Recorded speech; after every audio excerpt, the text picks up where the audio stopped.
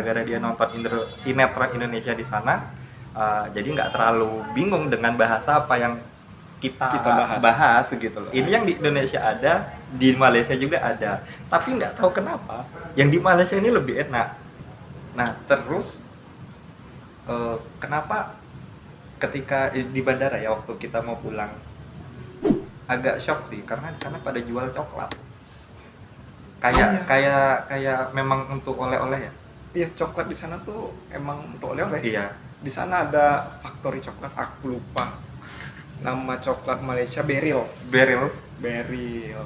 Itu kalau aku dulu di sana itu bisa beli berbox-box Berils untuk oleh-oleh dari sana. Apa itu memang jadiin makanan utama untuk khas oleh-olehnya oleh-oleh sana gitu ya? Coklat. Soalnya apalagi banyak banget toko coklat. Apalagi kalau ke Langkawi nggak kemarin? Enggak ikut itu. Ya? Itu trip lanjutnya. Kalau ke Langkawi pasti orang akan berburu coklat karena di sana free tax, maksudnya nggak ada pajak. Jadi orang bakal beli coklat banyak banget. Aku dulu waktu kuliah di sana masih magister S2, kan banyak teman-teman dari Bangladesh, satu jurusan Bangladesh. Ketika pergi fieldwork ke Langkawi, orang-orang Bangladesh tuh malah beli koper loh. Untuk isinya dia coklat beli di doang. situ beli koper di situ, isinya coklat. Tanyain untuk apa? Itu untuk dikirim keluarganya di Bangladesh. Wih. Gila. Emang gila. Tapi kalau ke Langkawi itu ya memang daerahnya spesial ya, khusus. Dia kayak free tax gitu loh, nggak ada pajaknya. Ini makanya orang bisa belanja banyak di sana. Parfum, minyak wangi ya, apalagi minuman alkohol, rokok di sana, rokok. Tapi tetap kalau sampai sana orang Malaysia aja nyarinya rokok Indonesia. Ya. Aku juga nggak tahu kenapa rokok Indonesia. Kayaknya kalau setiap orang Indonesia ke sana pasti bawa rokok sih. Rata-rata kan kalau mahasiswa Indonesia yang ke sana pasti bawa rokok sendiri dari sini. Bahkan ada tempat-tempat khusus, tempat jual rokok Indonesia yang ilegal. Itu kalau para perokok di Malaysia, khususnya orang Indonesia biasanya tahu tuh. Pasti di tempat-tempat ada. Enggak, itu udah bukan rahasia lagi ya. Udah jadi rahasia umum. Orang-orang kalau rahasia umum nggak rahasia lagi kan. Terus ada satu ini sebenarnya ini kayak waktu ke UKM di kantin yang belakang itu. Kantinnya banyak mana FST. Iya sih. Iya kayaknya ya. Pokoknya dekat atas ini sungai itu. Dekat. Iya kah kayak alur sungai. Kayaknya ya. Itu alur ilmu namanya sungainya. Aku masih ingat. Enggak, pokoknya waktu makan di situ ya. Ada satu inilah pokoknya cara mereka membereskan piringnya. Kan itu kan beresin sendiri kan. Jadi kayak makan habis tuh disediain beberapa kayak tong sampah tapi gede. Terus di situ satunya buang sampah, nanti satunya taruh piring, satu gelas, satunya sendok. Itu menurutku bagus banget loh. Di Malaysia itu sudah menerapkan namanya self service. Jadi layan diri kalau bahasanya. Layan diri. Jadi dia melayani dirinya sendiri. Ngambil sendiri. Kayak ngambil makan kan mereka ngambil makan sendiri. Lauknya ambil sendiri. Nanti kadang-kadang ada sebagian tempat kalau kayak di kampus kan dibawa ke kasir, bayar ke kasirnya, baru habis kita bayar baru kita makan, ya kan. Ada sebagian tempat kita ambil sendiri, habis itu bawa ke meja kita, nanti si kasirnya atau petugasnya akan datang nyamperin kita, dia akan ngitungin kita makan berapa, nanti dikasih kertas, ini kita bill kita. Jadi self service di sana udah lama. Waktu aku 2011 ke sana udah self service. Tapi yang masalah bersihin sendiri itu aku juga kaget waktu itu. Karena waktu zamanku masih ada petugas yang bersihin makanannya. Tapi yang kemarin kita datang itu kan abis makan orang pada bawa piringnya sendiri, sampahnya dibuangnya sendiri, piringnya dimasukin ke baskomnya sendiri. Kemudian garpu sendoknya dimasukin tempat sendiri. Jadi memang udah self service. Jadi petugas kebersihannya kan tinggal ngambil aja doang. Itu bagus sih sebetulnya, bagus banget. Balik lagi ke self service layan diri. Salah Tadi satu. ada Ya, masalah teknis masalah. sedikit, maaf ya. Oke. Jadi Jadi self service di sana tidak hanya ada suara helikopter guys. Ini sebelah ini bandara ya, sebelah sini tempat kami nongkrong, Tempat kami lepak nih. lepak. Tempat kita orang lepak sekarang ini dekat dengan airport. Airport. Airport tu dekat sebelah je. So, minta maaf lah kalau Ya. ada bising-bising sikit. Oke? Oke, lanjut. Back to layan diri. Iya, layan diri. Layan diri kat sana tu dia bukan dekat tempat makan aja tau. Ya. Oke. Tadi aku ngomong ke dia waktu ada masalah. Aku belum ada ngomong slang Malaysia. Malaysia. So now I trying to be Malaysian. Wih. Jadi kat sana tuh tak hanya masalah dekat tempat makan tau. Mm. Dia self service, layan diri. When you waktu korang nanti isi minyak untuk mobil, kereta. untuk kereta, kita juga layan diri. Layan diri. Nanti kita park mobil kereta kita dekat tempat isi minyak tu, Iya. barulah kita bayar berapa nak isi. Berapa nak isi barulah kita isi sendiri. Kita isi sendiri, kita layan diri lah. Iya. Buat sendiri. Kan, ikut-ikut jadi Malaysia Iya, juga kan. iya. Betul. Nah, jadi di sana baliklah ke Indonesia biar lebih enak ngomongnya. Aku udah lama nggak bahasa Malaysia jadi agak kaku sih. Jadi di sana ya layan diri. Jadi semuanya dibuat kita untuk bisa beraktivitas sendiri. Jadi independen itu akhirnya menyebabkan orang di sana tuh independen kalau menurut aku, bisa mengerjakan semuanya sendiri. Jadi Itu nggak- bagus sih, bagus banget. bagus banget, nggak kayak di Indonesia kan, semuanya merintahin orang. Iya. Di pom bensin aja dibukain, kita Iya. hanya di dalam mobil, kita bilang, Mbak isi full. Jadi full. Nah, kan, isi full, nanti diisikan sama mbaknya. Iya. Kata mbaknya dimulai dari nol ya. Kalau nggak dari sana satu aja, Mbak. Kalau sana enggak, ya udah ngisi sendiri. Itu self service kayaknya perlu sih kita terapkan Betul. di Indonesia. Itu aku suka Tapi- banget sih sama yang itu. Tapi dampaknya sih lumayan juga kalau di Indonesia ada self service. apa tuh? Maka akan banyak pekerjaan-pekerjaan yang ditutup. Pelayan akan berkurang. Iya.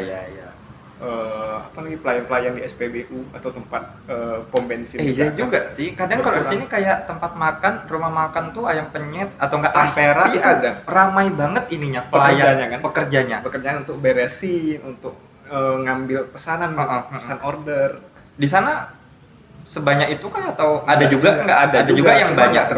nggak terlalu kayak banyak. di kita di sini. Oh, iya.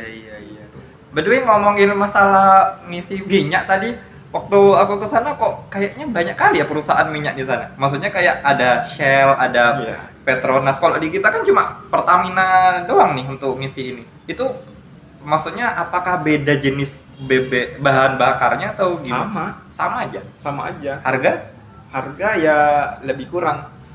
Nah, kalau pandangan Iya. aku nih, Uh-uh. pandangan adanya beberapa perusahaan swasta yang mengisi kekosongan atau mengisi sektor pengisian minyak itu tadi. Secara otomatis kan dalam bisnis ketika ada persaingan pasti akan lebih cepat maju kan. Iya, betul. Itu di sana ada Shell, ada Petronas. ada Caltech juga kadang-kadang. Tapi kalau di Iya. Indonesia kan Cuma monopoli coy. Sorry Indonesia, sorry to say. ya cuma Ya cuma kan? Oh, Pertamina ada lawannya. Apa? Pertamina. Aku mau ngomong ketengan tadi. Enggak, Pertamini. Di Indonesia Memang itu perusahaan besar minyaknya Pertamina. Tapi di sebelah Pertamina ada Pertamini. Nah, itu emang Nanti teman-teman yang Malaysia kalau bingung Pertamini apa, nanti searching aja Pertamini. Ya tapi versi mini. Ini. Emang kreatif banget dah orang-orang Indonesia ini. Nah, kita akan pindah pembahasan selanjutnya. Sebenarnya ini sesuatu yang rumornya udah banyak aku denger dari orang gitu.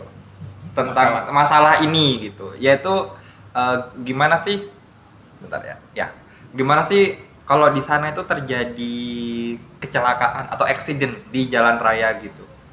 Oke. Ini pertanyaan, aku udah ngalamin sih kecelakaan. Accident? Bukan saya yang accident. Jadi Saya dalam mobil. Aku tuh dalam mobil. Ingat banget itu mau ke Shah Alam, dari Bangi ke Shah Alam lewat tol. Kemudian waktu tol itu lagi macet, lagi traffic jam, ada jam di sana. Kami berhenti dong, ya kan? Berhenti. Mobil nih mobil sewa nih, kereta sewa. Maklum lah, mahasiswa nggak punya modal, jadi nyewa. Mau ke lapangan, ngambil data untuk tesis.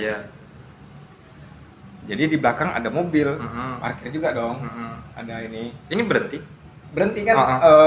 Lagi macet. Iya. Ini dekat nih jaraknya. Tiba-tiba dari belakang kenceng, nggak tahu nih ada macet.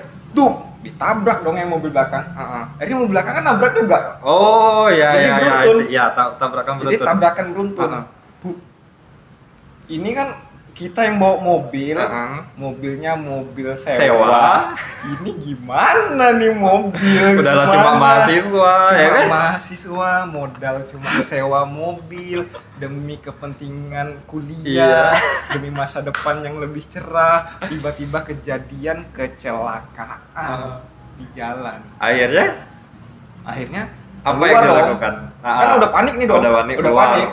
Terus udahlah SIM atau lesson bukan lesson internasional. SIM itu surat izin mengemudi. Kalau di sana kan orang bilangnya lesson. Lesson itu belum disahkan sama kedutaan. Jadi masih lesson Indonesia. Jadi keluar dong orang mobil belakang sambil ngerokok. Santai. Santai. Itu yang nabrak tuh? Yang nabrak. Terus? Nyantai. Kita di dalam mobil udah deg. datang nyamperin, dibilang tak apa ke, awak tak apa ke, tak ada masalah kan, tak ada yang ini kan, maksudnya sehat-sehat aja kan, tak ada cik, tak ada, oh iyalah alhamdulillah tak ada masalah. So itu membuat aku jadi shock banget gitu loh. Shock bangetnya itu dia yang nabrak, dia yang menanyakan keadaan kita. Keadaan kita seperti apa? Coba bayangkan kalau di Indonesia, kalau tabrakan, bam.